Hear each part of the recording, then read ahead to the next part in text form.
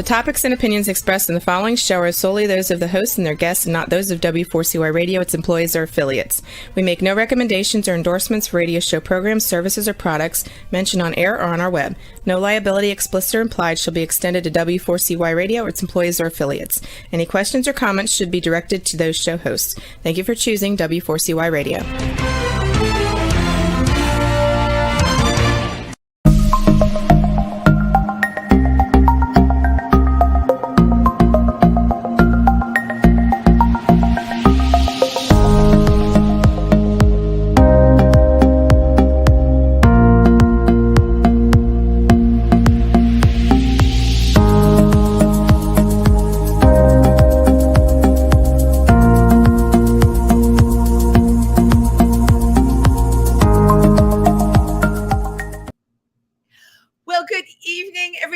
And welcome to Triversity Talk.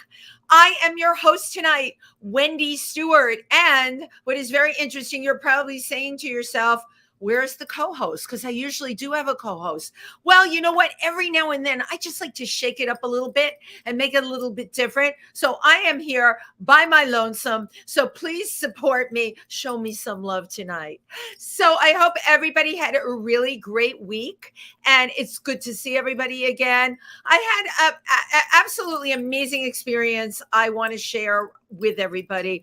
I met so many people that are involved in LGBTQ causes on Sunday. And the reason that happened is we have a boat that we do every year. It's called the CT, and they call it the Gay Party Boat. But I think what was so interesting to me is I've been going on this boat, literally probably for the last 20 years. But so many of the people that I came up with are now involved in different causes and organizations helping the LGBTQ plus community. And they're out there and they're greeting every single one of those challenges with open arms. And I got to tell you, it was so much fun just to go on a boat and dance again, right? We all love doing that. A shout out here. I gave a birthday celebration on the boat to the infamous Rollerina. Many of you remember Rollerina, the fairy godmother from Studio 54. Rollerina may not be rolling in the same way that she used to roll, but she sure can dance. And it was wonderful to honor her. She too has been a real activist in our community. And a shout out here to Apollonia Cruz as well, who runs Bronx Pride. She was on board. And last but not least, the one and only Felipe Rose from the Village People, which he has a new single out. It's called Dance Again. And of course, he ended up singing a bunch of different songs on the boat. So a good time was had by all.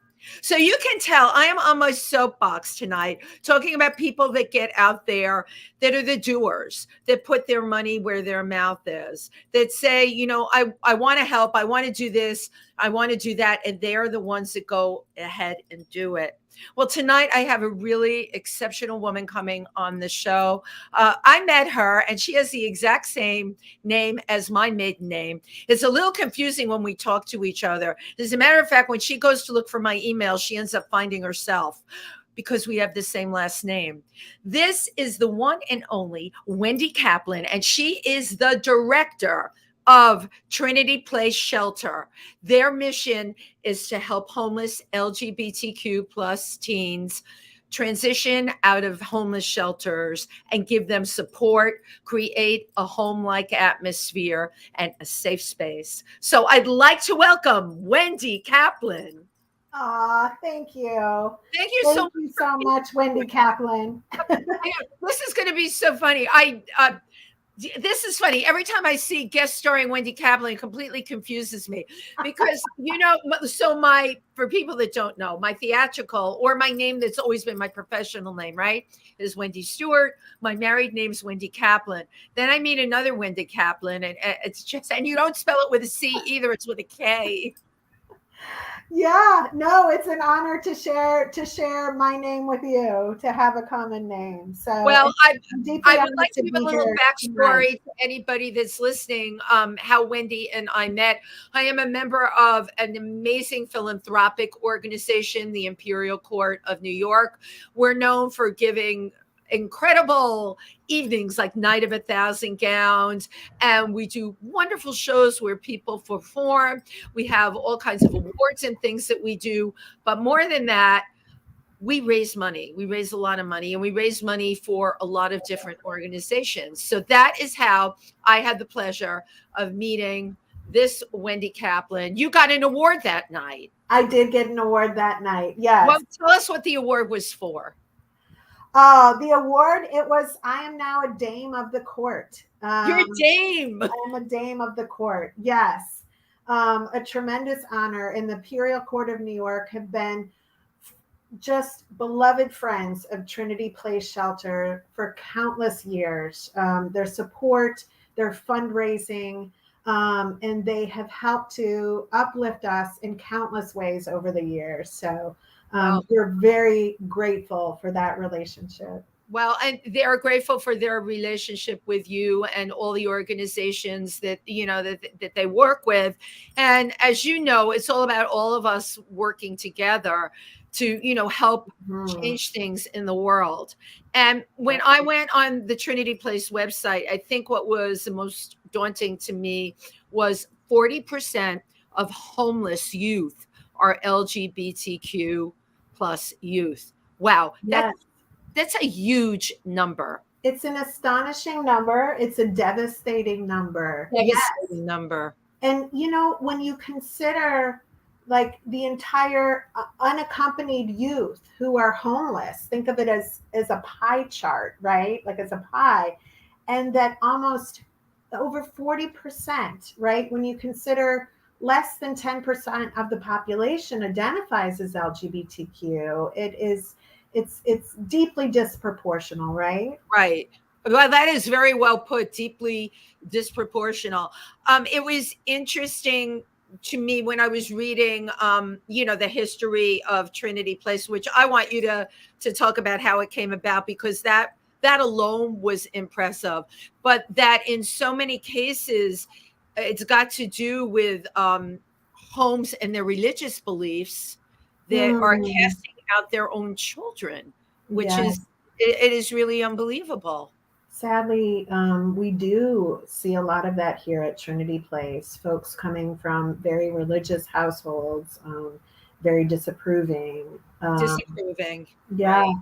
And rejecting their children because of this. So, yeah, the reason why that statistic is so devastatingly disproportionate is because LGBTQI plus youth are rejected from their families. So, you know, oftentimes there may also be compounding issues of poverty and abuse or other things going on in the home. But it's rejection from their families of origin that really is the number one cause of that outstanding statistic. Yeah. It's unbelievable. And this is all across the country. Yes, it is. Yes, so it is. Your average group age is 18 to 24? 18 to 24, yes. And that's really exceptional, Wendy, because a lot of youth shelters only take folks up to 21.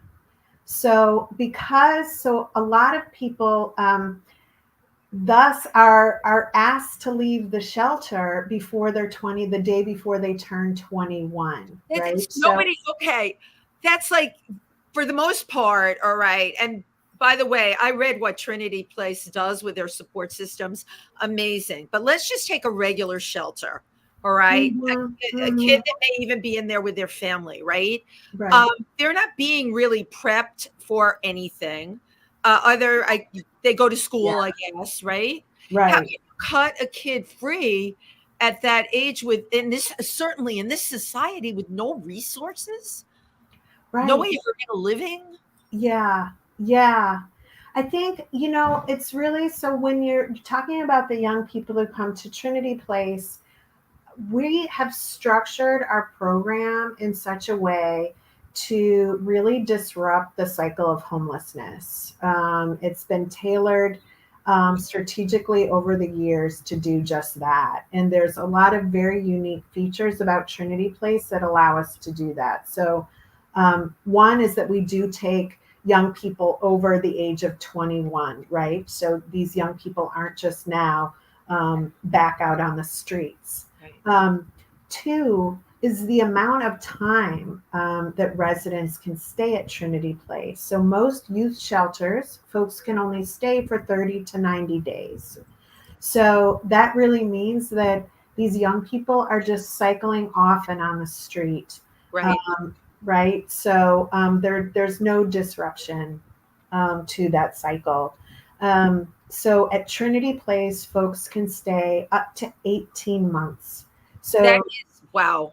It's a meaningful amount of time to put a lot of supports in place, to put housing applications in place, to get a job, go back to school, whatever is the individual goals for that young person. We help them work towards their individual goals, all the while they're saving for housing, working towards housing, whether that's through supportive housing or housing vouchers, or just saving enough money if they price themselves out of supportive housing and housing vouchers to then exit Trinity Place successfully. Right. And that's creating stability in people's lives hereafter. It's something that I think a lot of people don't think about. In New York, we talk about, and you hear it all the time, as I do, the homeless, quote unquote, the homeless situation, right? Yeah. And as we know, I do want to talk to you about how the pandemic affected Trinity Place. Yeah. You know, there's so many people that ended up on the streets during the pandemic and ended up sick on the streets during the pandemic. Yeah. But you see, I mean, I've seen, you know, teenagers that have left wherever they were before. They're living on the streets. Now there's really no support. I don't even know what's going on out there. You would probably know better than I. But ironically enough, you were coming on the show tonight, and I was working in the fashion center, the garment center today, and I was leaving a client, and I passed this couple on the stoop. They couldn't have been any older than 18, and the two of them were shooting up.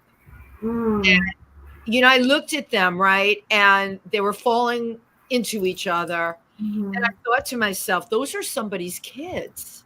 Somebody had those children. I mean, and here's this situation, and they're on the street, sitting on a stoop, like just discards of society. Yeah. Yeah. Just stripped of humanity. And that is really how much of our culture thinks of homeless people, right? We have so many stereotypes and so many ideas of what homeless people are. And there certainly aren't the supports in place to deal with young people who are facing so much trauma in the home, or rejection from their families just for simply who they are. So that's the results. You know, they end up on the streets. I mean, yeah. When I thought of those two kids, and I think of the amazing work you do, there should be like every state should have, like in counties, following a formula like what you have. I was so impressed by everything I read. They should have a structure like yours. It's a very unique blueprint, Wendy. It's we were started. I can talk about some of the founding of Trinity Place. So we were started by activists. Right. So Trinity Place. It was the middle of the winter. I believe it was 2004, 2006. I hope I'm getting this right. Aughts. We call that the early aughts. Early aughts. Early aughts. No. I'm late enough that I can't be expected to remember the numbers. It was a particularly cold winter. And so there was a call out from the city for people to have like structures that had a lot of space in the night. So a lot of churches, synagogues, you think of buildings and spaces that are empty at night but have like large halls. So there was a call out from the city for support.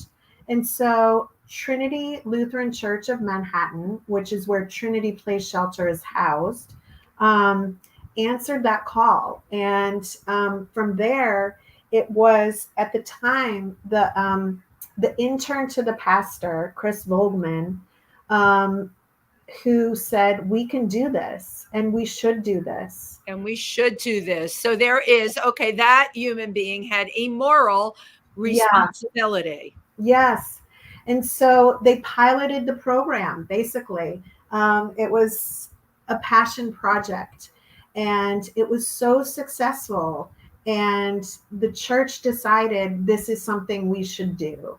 It was the belief of the pastor of the church, who is still the founding executive director of Trinity Place Shelter, Pastor Heidi Newmark, who believed that the church, as you noted, has just propagated so much hate.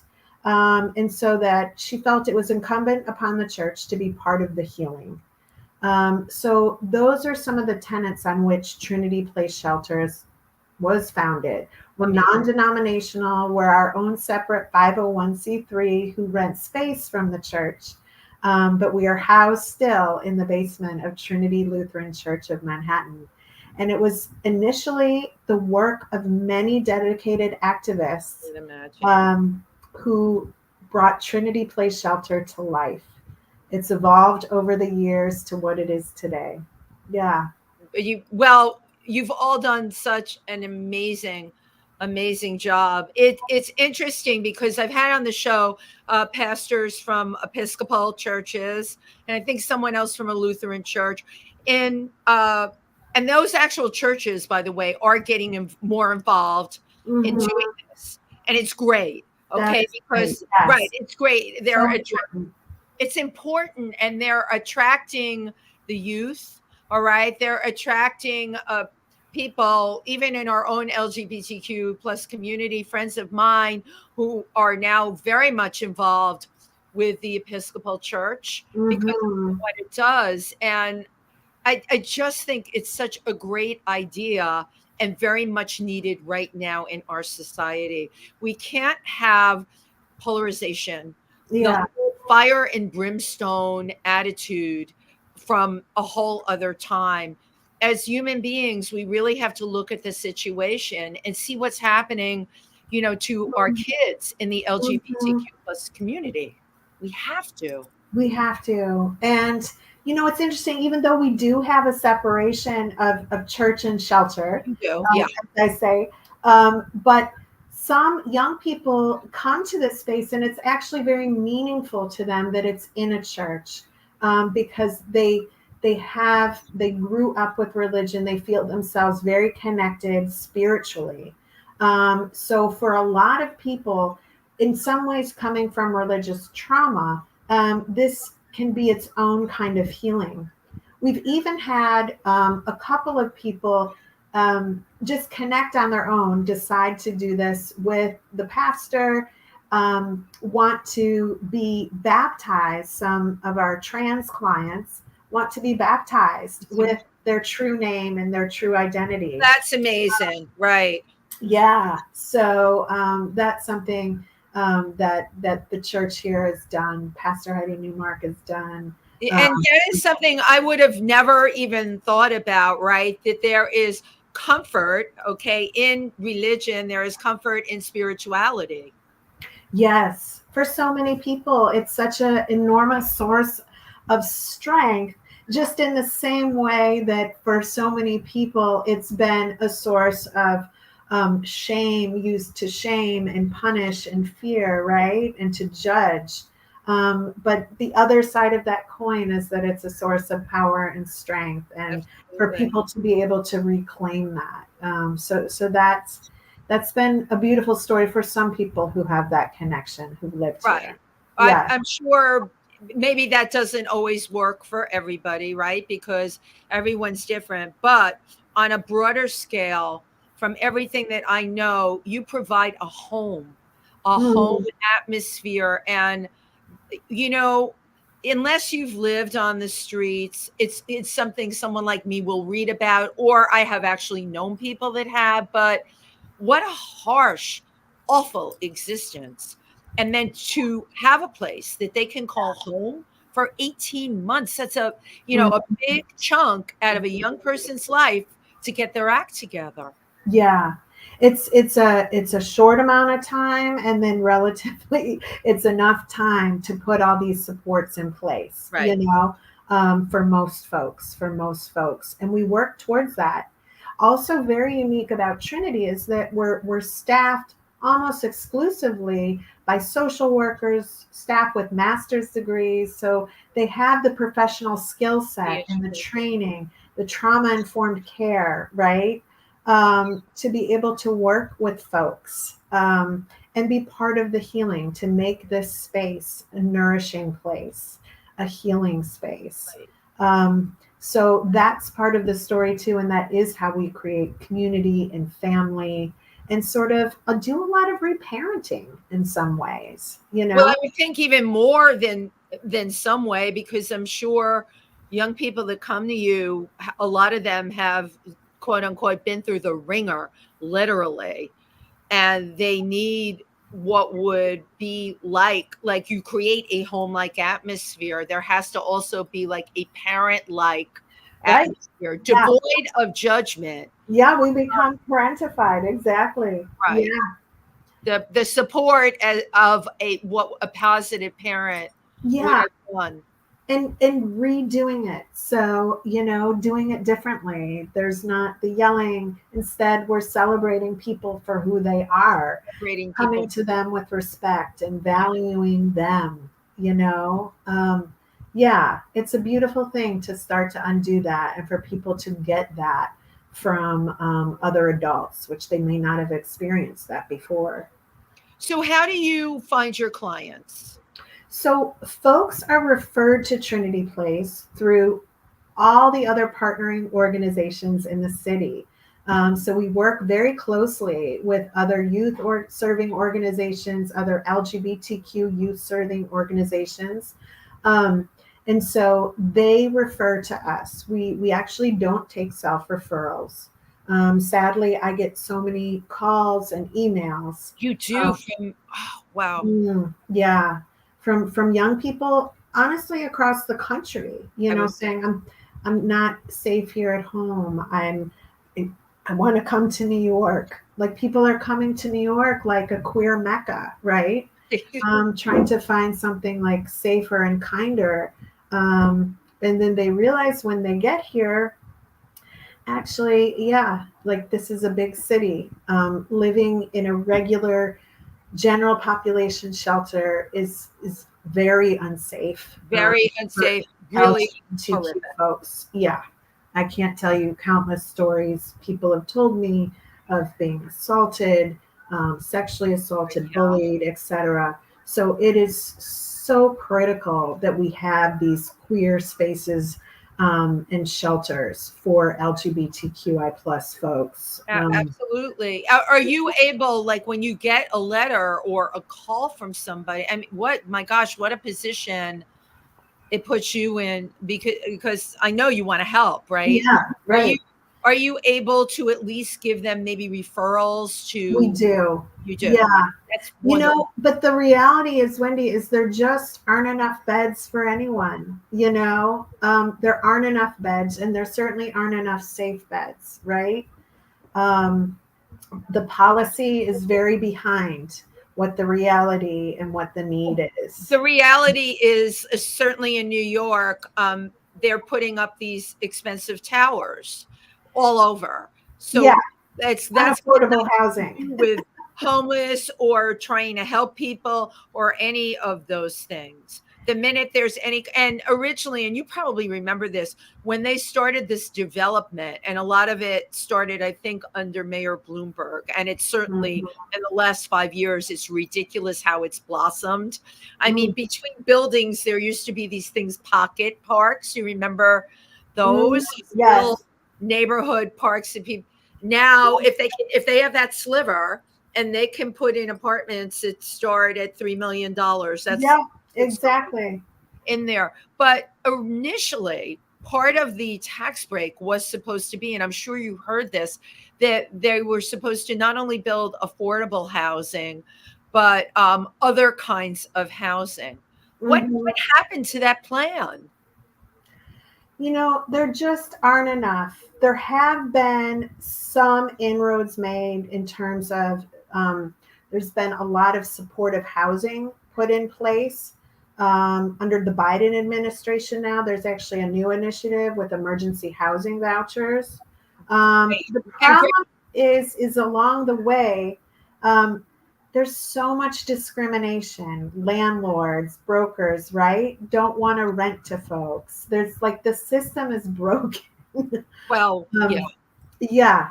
So you might have the voucher, but actually connecting to that housing, there's no mechanism in place for that. And right. And so you're telling me they've come up with these vouchers under the Biden administration, but it's like having a worthless coupon, an expired coupon, because it's you go to expire, right? Unless you find housing, and you can't, and landlords don't want to rent you. When you give it to young people and just say, "Here, go for it," who has the wherewithal and knows how to navigate those systems? I mean, some of the most savvy adults, like it is the most overwhelming, complicated process, right? And so you're talking about young people, you're often talking about people of color, you're talking about, so it is just a very flawed system. So that's actually a newer initiative we started here is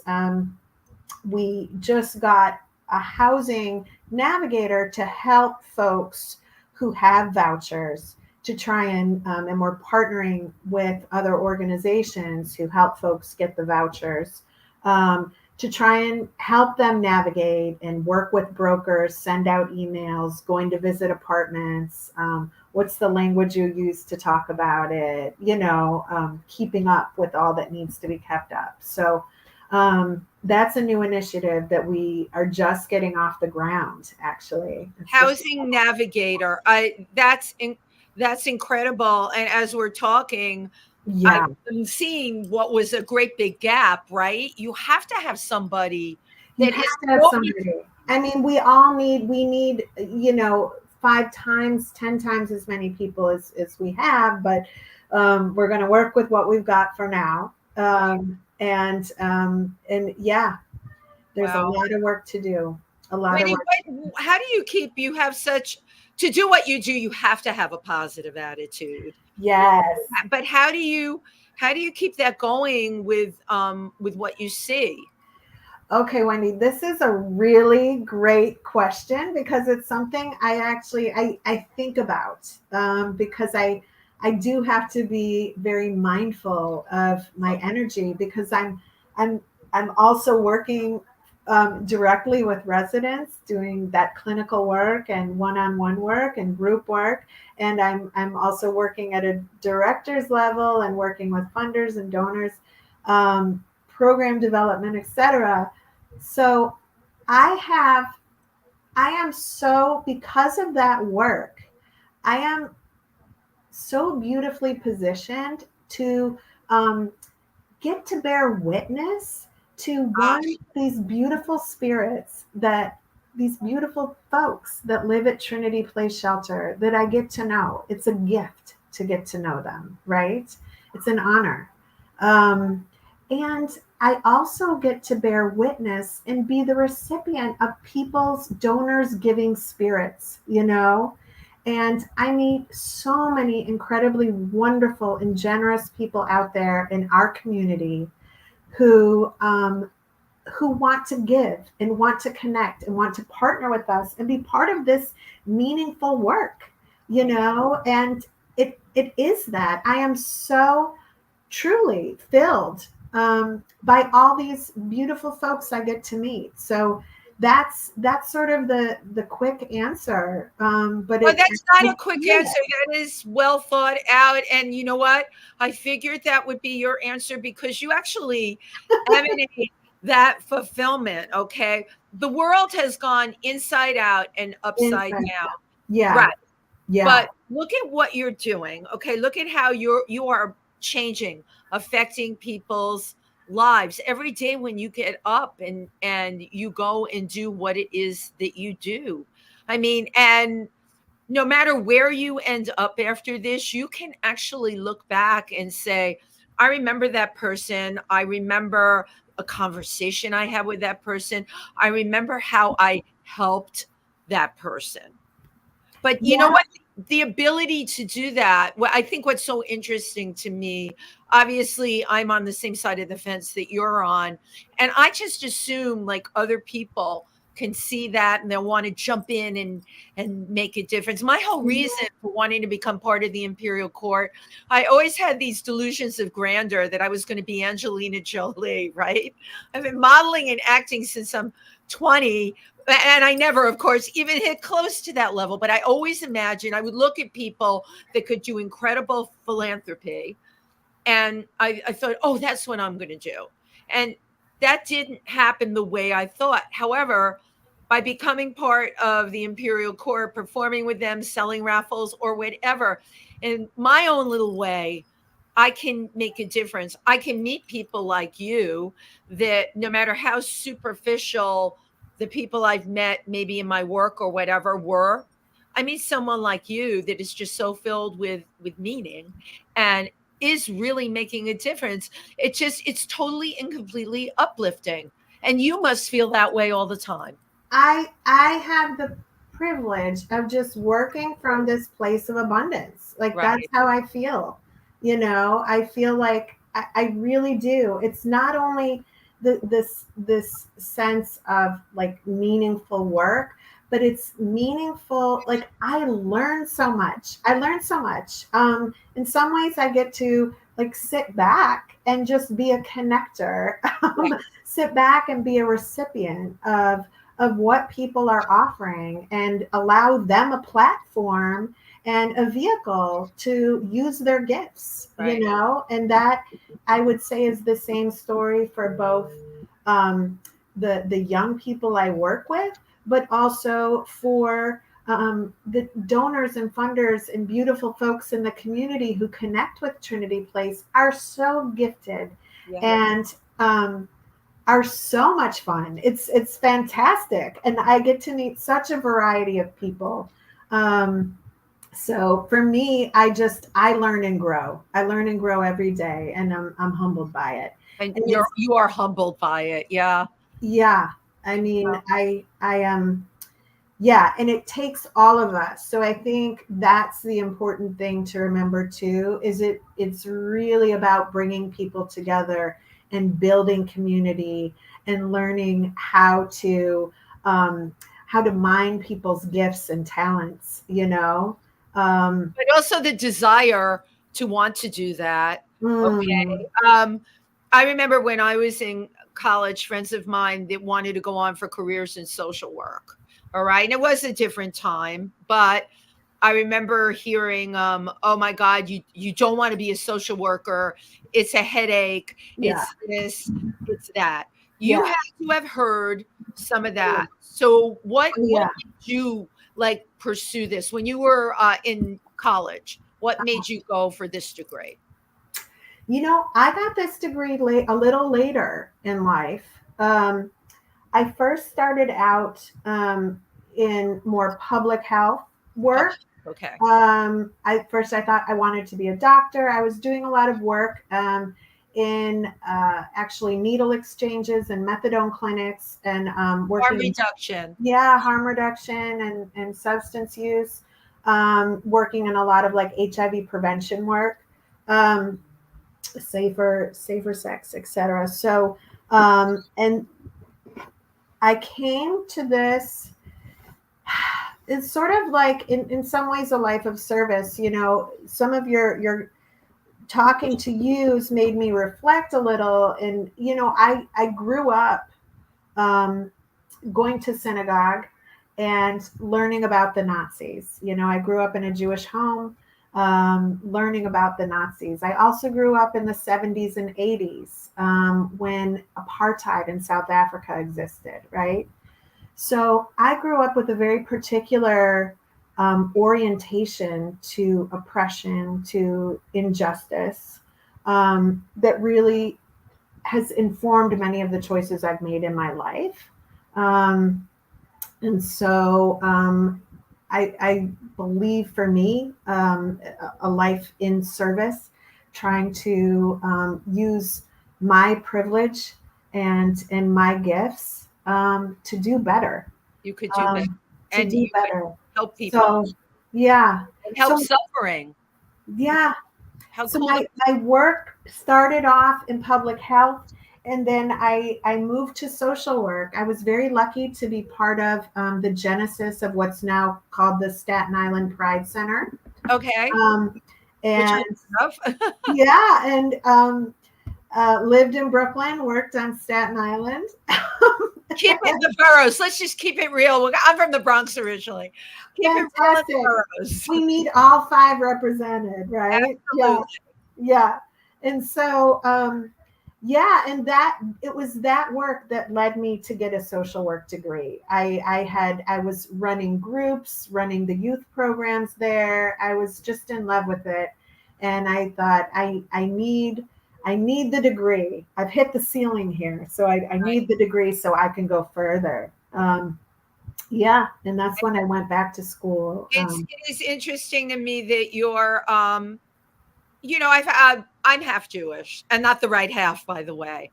But my mother, who was Protestant, I was raised with stories about the Nazis. Mm-hmm. And, my mother was very adamant right here in New York when in Yorkville, the area that I'm in. She remembers them yelling Heil Hitler in the street. I grew up with those stories with my mother, socks for the war. And one of the things my mom telling me, they could have stopped the extermination of the Jews if they had only blown up the tracks. Even to this day, think about that, right? And nobody blew up the tracks. I too am an activist, and that stayed in my head, that nobody blew up the tracks. So it is what we are exposed to in the families that we come from. Your awareness too of apartheid, I certainly remember it, but I did not experience that as deeply as my mother saying they should have blown up the tracks and they could have stopped. And some of us, it definitely affects a lot more than others. I went through the whole AIDS era, worked with the AIDS organization, taking care of the pets of anyone that had HIV or AIDS. It completely turned me into who I am now, because again, that was another example of why didn't they blow up the tracks? Why didn't they, stop AZT that killed so many people? Why didn't they make those cocktails, which I call the Dallas Buyer Club drugs, those were available only if you knew the people that were concocting them. And we did. And some of the clients were able to get those. And they're still here. So I think for us, it's that frustration of not being able to change something that is so intrinsically wrong that you feel so deep inside of you. So it's incredible now that you can go out there and 18 months of somebody at Trinity Place that you're going to get to know, all right, and affect the rest of their life. That sure is powerful. Yeah, I'm very lucky and grateful to be able to be in this work, and to be connected to a space like Trinity Place that is so important. It is so important, impacting. You have kids that, they leave after 18 months, they go out there in the world, and then they come back and you get to see like all the great, that to me worth everything.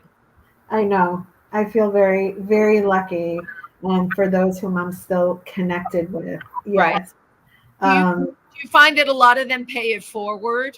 Oh yeah. Yeah. And that's an interesting question. And I know there's a lot of folks who still want to give back to Trinity, which is very moving and touching, That's a good what? It's Yeah. Yeah. I was just talking to a young person a couple days ago, and asking them if they would, help Trinity Place with some recruitment for, we're starting some, I call it expanded programming on Wednesdays. So we're going to be able to scale our reach and impact. So not this Wednesday programming will be open during the day, not just to Trinity Place residents, but to other young queer folks impacted by homelessness. So we'll have a work readiness group available to folks, wellness programming, where we'll work on developing just more coping skills for anxiety and depression, mindfulness techniques, body work, breath work. We'll have support groups, some art therapy, etc. So I am so excited for this. And I asked this young person, I was like, can you just help us do some outreach and recruitment? We're trying to find other young people and we'll pay you.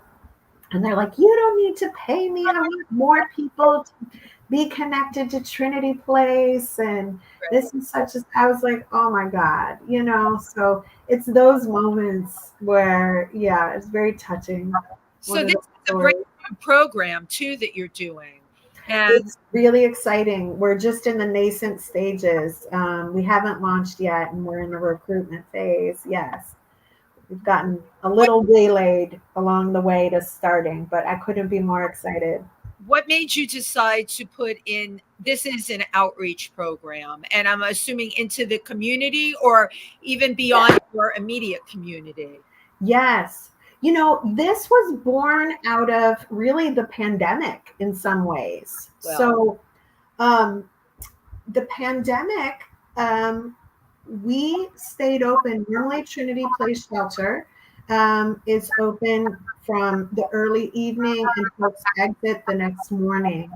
And so during the pandemic, and it's really just a funding issue, or hours of operation. The space that we're situated in is also like a veritable community center for so many different groups and progressive groups and programming, et cetera. So it's a shared space.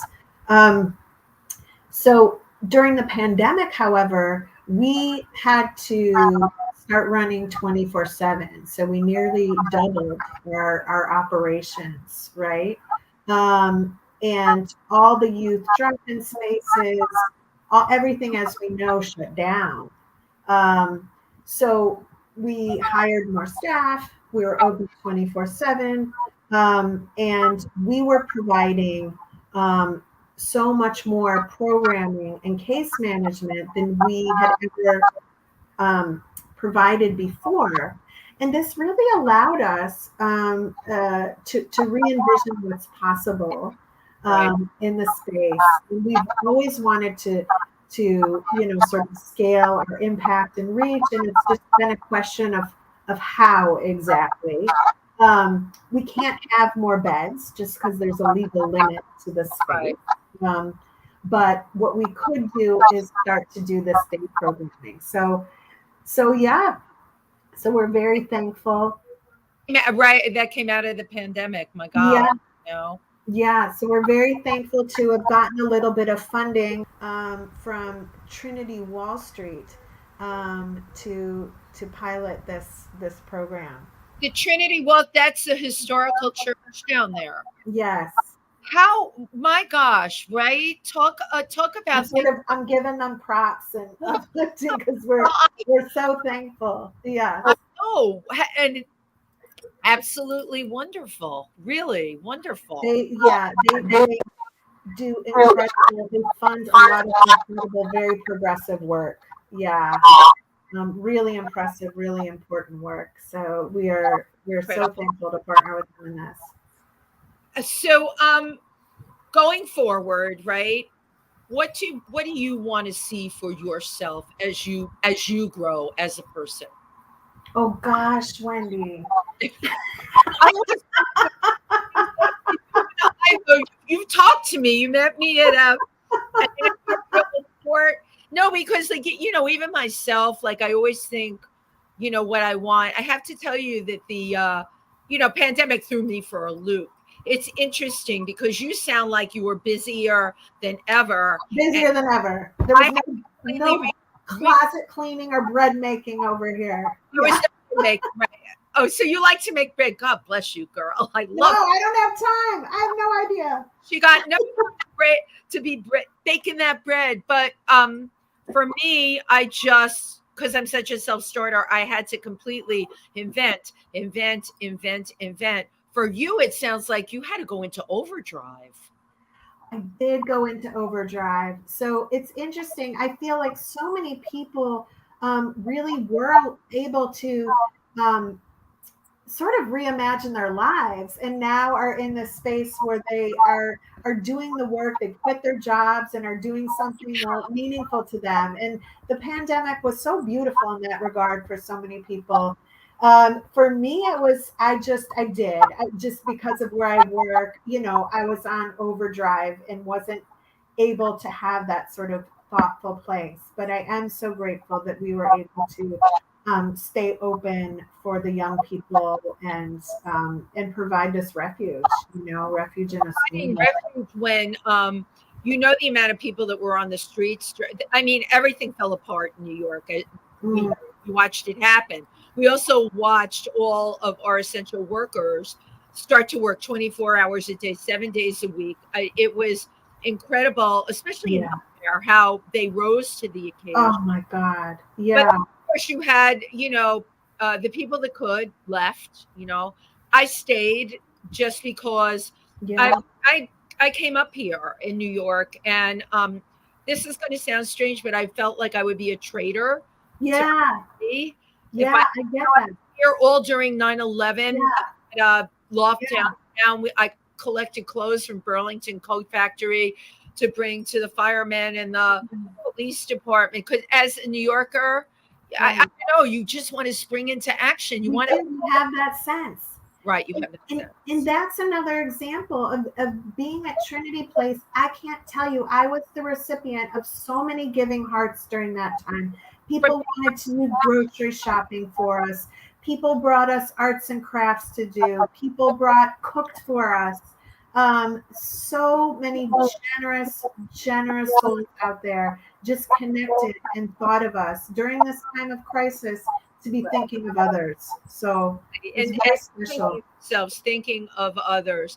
So in terms of what people can do for Trinity Place, say on the volunteer level, as we get towards the end of our show, tell me what Trinity Place is looking for. Oh my goodness. Yeah, we're looking, you got it. We're looking for it. It's just, there's so many ways to hop in. And I will say, first and foremost, like any financial support, of course, should be more meaningful. We are that small that every dollar means something and goes back into programming, impacts the young people who live here. Nothing gets lost in fancy mailings or multiple departments. We don't have departments. We have a handful of staff. So those donations are actually deeply meaningful and directly impact everybody here. And in terms of if folks want to get involved, people can make dinners and do dinner donations for us, which is wonderful and so well received. People can do donation drives or connect with their employers and figure out ways in which employees can support, whether it's by doing drives or I'm happy to hop on a call with anyone and start to brainstorm ways to get engaged. If folks want to come and volunteer, we always welcome many hands to help us with cleaning and donation organization. So yeah, I encourage folks to reach out, and I would love to have a conversation about how people can use their gifts to support Trinity Place. Yeah, because I think when people are aware of what's going on and the incredible work that you do, they're going to want to go out there and, offer their help. Absolutely. Well, this has just been so terrific. I want to just thank you for everything that you are that you're doing. Thank you.